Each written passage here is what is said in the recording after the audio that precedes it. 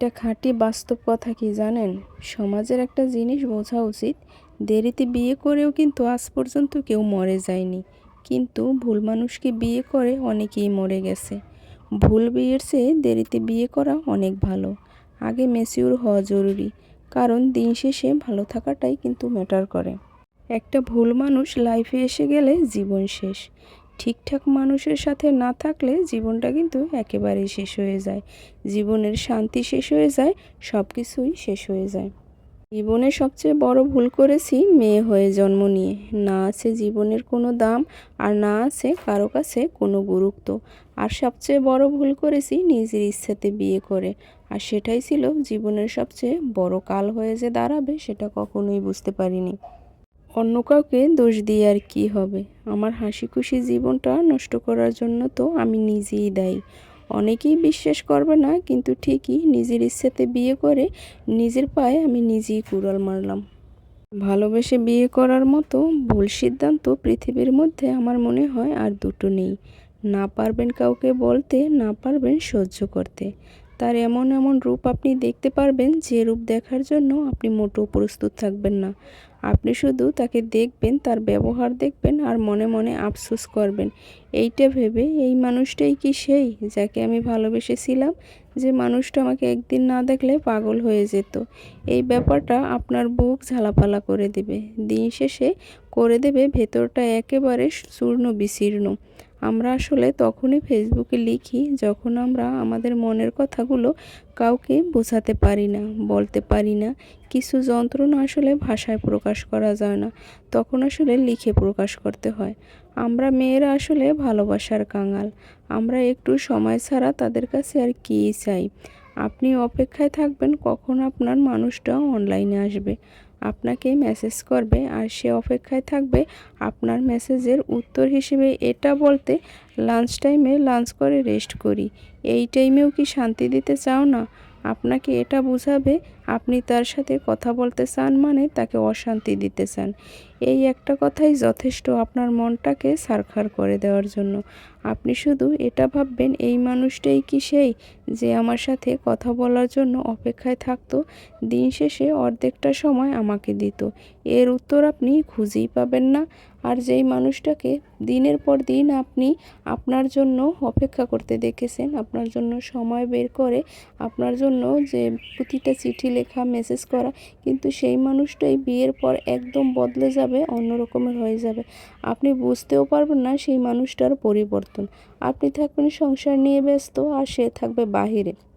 আপনি যাবেন রূপচর্চা ভুলে, আর সে যাবে রূপচর্চায় কিন্তু উৎসাহ হয়ে। সে তখন রূপ খুঁজবে, গুণ কিন্তু একদমই খুঁজবে না। জীবনে কখনো ভাবিনি এমন একটা সময় আসবে।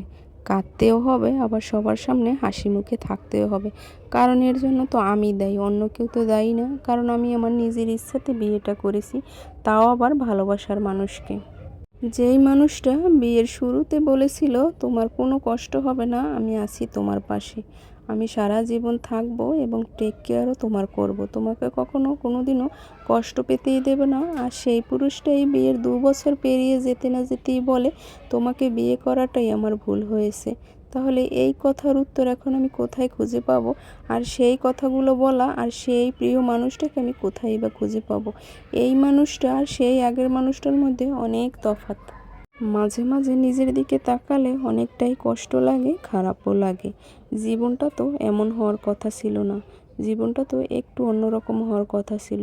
কারণ আমি তো পছন্দ করে ভালোবেসে, তার রূপগুণ সব কিছু দেখেই কিন্তু আমি তাকে ভালোবেসেছি। তখন তো তার এরকমের ক্যারেক্টার ছিল না, কিন্তু এখন কেন এরকমের হলো? সেই ভাবনাতেই বিভোর হয়ে আমার চোখের নিচে কালি পড়েছে। কি অপরাধ ছিল আমার? পারবে কি কেউ এই জবাব দিতে? আমি কার কাছেই বা জবাব চাইবো? যে মানুষটা বিয়ের আগে এক রকমের কথা দিয়েছিল, সেই মানুষটা যে এতটা পরিবর্তন হবে আমি নিজের চোখে না দেখলে কখনোই বিশ্বাস করতাম না। ভালোবাসা যে সুন্দর সেটা কিন্তু সবাই জানে, কিন্তু এই ভালোবাসা সেই ভালোবাসার মধ্যে অনেক তফাৎ। মানুষের সমস্ত কিছু কিন্তু বাহিরে থাকবে এক রূপ, আর ভেতরে কিন্তু আর এক রূপ। আমি বলবো না প্রেম করে বিয়ে করে কেউ যে সুখী হয় না, সেটাও না, অনেকেই সুখী হয়, কিন্তু কপাল খারাপ মনে হয় আমার। আমি মনে করি 100-র 100%-এর মধ্যে 80% মানুষই আমার মতো ভুক্তভোগী হয়, কম আর বেশি। কিন্তু মনে হয় 20% লোক মনে হয় ভালোবেসে বিয়ে করে সুখী হয়, কিন্তু ম্যাক্সিমাম চোখে দেখা কিন্তু মানুষগুলো নিতান্তই কষ্ট পায়। আমি কারো কাছে গিয়ে বলতে পারি না, আর কার কাছে গিয়ে বলবো যে আমি ভেতরে ভেতরে একদম শেষ হয়ে যাচ্ছি, কারণ আমার পরিস্থিতির জন্য কিন্তু আমিই দায়ী। আমি মাঝে মাঝে ভাবি যে চলে যাব, কিন্তু কার কাছে যাব? তখন তো তাদের অনুমতি নিয়ে কিন্তু আমি বাড়ি থেকে চলে আসিনি, তখন তো তারা আমাকে নিষেধ করেছিল, কিন্তু আমি বলছি না, আমি আমি আমি মানুষ চিনি, আমি লোক চিনি, ও আমাকে ঠকাবে না। কিন্তু সে যে আমার সাথে এরকমের করবে সেটা আমি কখনোই ভাবিনি। এখন আমি কোন মুখেই বা আমার নিজের বাবা মার কাছে দাঁড়াবো, সেই মুখও তো আমার নেই। আমি তো এখন আর সহ্য করার ক্ষমতা মনে হয় দিন দিন হারিয়ে ফেলছি।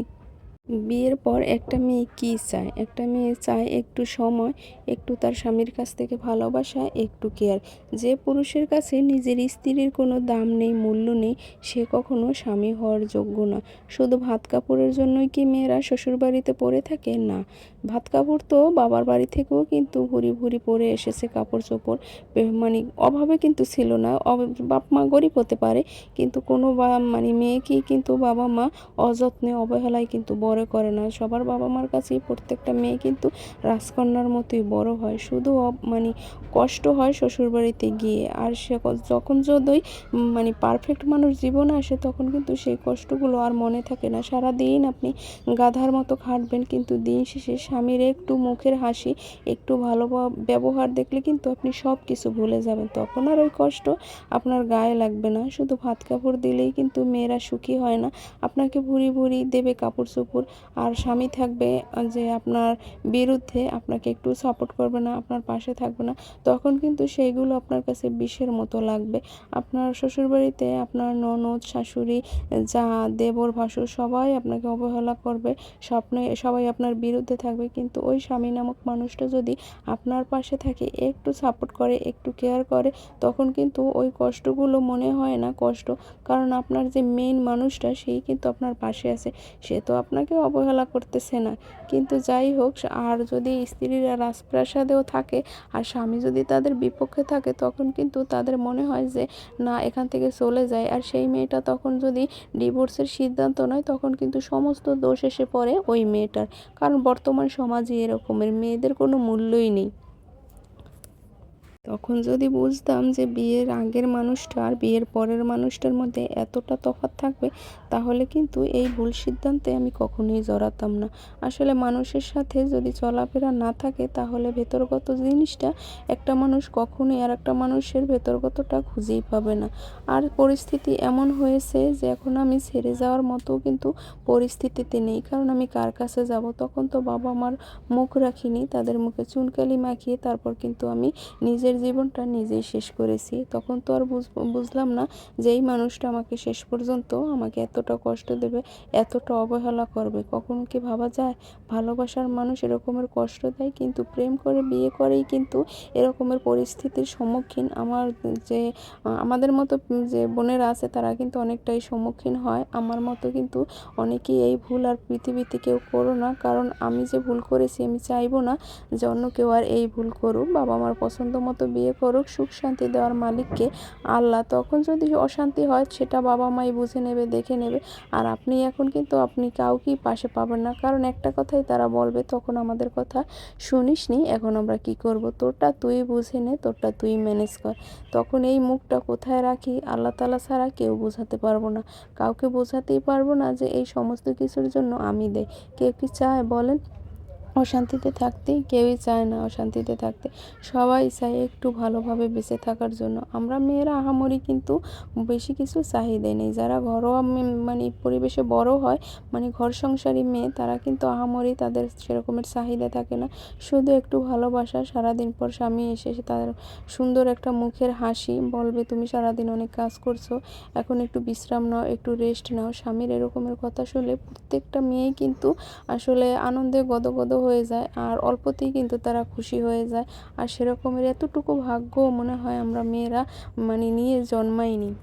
একটা মেয়ে পৃথিবীতে সব কিছু সহ্য করতে পারলেও প্রিয় মানুষের অবহেলাটা কিন্তু সহ্য করতে পারে না, কারণ সে তো তার পছন্দ মতো বিয়ে করেছে, তাকে দেখে শুনে যাচাই করে তারপর কিন্তু তাকে বিয়ে করেছে, তার সাথে সম্পর্কে জড়িয়েছে। তখন তো আর ভেতরের রূপটা দেখেনি। যদি সেই রূপটা আগে দেখতো তাহলে মনে হয় কোনো মেয়েই এইভাবে একা একা বিয়ে করতো না, আর প্রেম করে ভালোবেসেও কিন্তু বিয়ে করতো না। এখন কিন্তু চোখের পানি ছাড়া আর কিছু করার নেই, এই ভেবেই বেঁচে আছি যে আল্লাহ তাআলা কোনো একদিন সব কিছু ঠিক করে দেবে।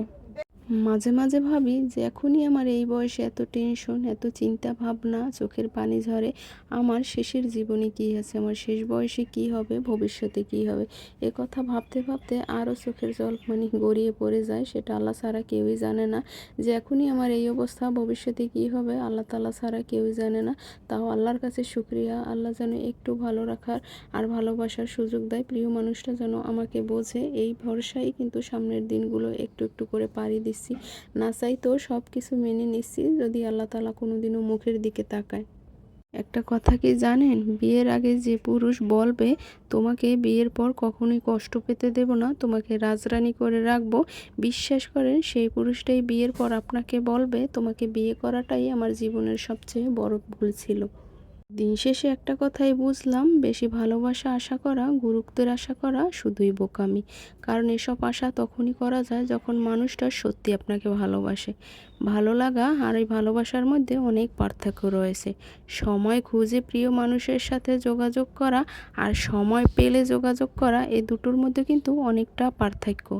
রাত আর দিনের মতো পার্থক্য। এতদিন শুধু মন আর আবেগকে গুরুত্ব দিয়েছি, আর এখন শুধু বিবেককে গুরুত্ব দেব। এতদিন আমি যা ফিল করতাম, আজ থেকে তুমিও তা ফিল করবা। এতদিন আমি ভাবতাম, আর এখন থেকে তুমি ভাববা। এই মানুষটাই কি সেই যে আমাকে ভালোবাসতো, আমার অপেক্ষায় থাকতো, আমার জন্য পাগলামি করত। অবশ্য মন এটাও বলে তুই না হয় ভালোবাসতি বলেই তার শূন্যতা অনুভব করতি। সে তো শূন্যতা কোনোদিনও অনুভব করবে না, সে তো সত্যিকারের ভালোবাসেই নেই। শুরুতে কেমন ছিল সেটা জানি না, এখন মনে হয় সে শুরুতেও আমাকে কখনো ভালোবাসেনি। তো অনেক কথাই আপনাদের সাথে বলি, যদি ভুল ত্রুটি হয় ভিডিওর মাঝে, কথাবার্তার মাঝে, তাহলে অবশ্যই ক্ষমার দৃষ্টিতে দেখবেন। তা না হলে আমি কিন্তু সামনের দিকে ভালোভাবে এগিয়ে যেতে পারবো না। আর এটা কিন্তু আমার জীবন থেকে নেওয়া না, এটা একটা গল্প মাত্র, এক বোনের গল্প, সেটাই আপনাদের সাথে একটু হলেও শেয়ার করলাম। যদি ভালো লাগে অবশ্যই কিন্তু লাইক কমেন্ট শেয়ার করতে ভুলবেন না, কারণ এরকম রহরহ মানুষ আছে যাদের জীবনে এরকমের ঘটনা ঘটে। আর এই বোনটির বেলায় কিন্তু এটা তো আমি শুধুই মুখে বললাম, কিন্তু যার জীবন এরকমের ঘটেছে সেই কিন্তু জানে। তা না হলে কিন্তু অন্য কেউই বুঝবে না, কারণ পৃথিবীতে এখন এমন এমন মানুষ আছে যে অন্যের কষ্ট কেউ বুঝতেই চায় না, যার কষ্ট কিন্তু সেই বোঝে। যার বেলায় ঘটে সে ছাড়া অন্য কেউ অনুভবই করতে পারে না। ভালোবেসে বিয়ে করাটা কিন্তু ভুল নয়, কিন্তু ভালোবেসে বিয়ে করে ভুল মানুষ জীবনে আসলে সেটাই কিন্তু ভুল। ভালোবেসে বিয়ে করে আপনি যদি সুখে থাকেন তাহলে তো আর কোনো অভিযোগ নেই, কিন্তু ভালোবেসে যদি ভুল মানুষকে আপনি সময়ের সাথে সাথে পাল্টে সে পাল্টে যায়, তখন কিন্তু আপনার জীবনটা হয়ে যাবে নরকের মতো। তখন দোষ হবে প্রেম করে ভালোবেসে বিয়ে করে আপনার এরকমের অবস্থা হয়েছে। অনেকেই আছে পরিবার থেকে বিয়ে হয়েছে তবুও তারা সুখী না, হাজব্যান্ড কয়েকটা বিয়ে করেছে অথবা কারো কারো সংসার ভেঙেছে, এরকমের হাজারও আমি দেখেছি। ভালোবেসে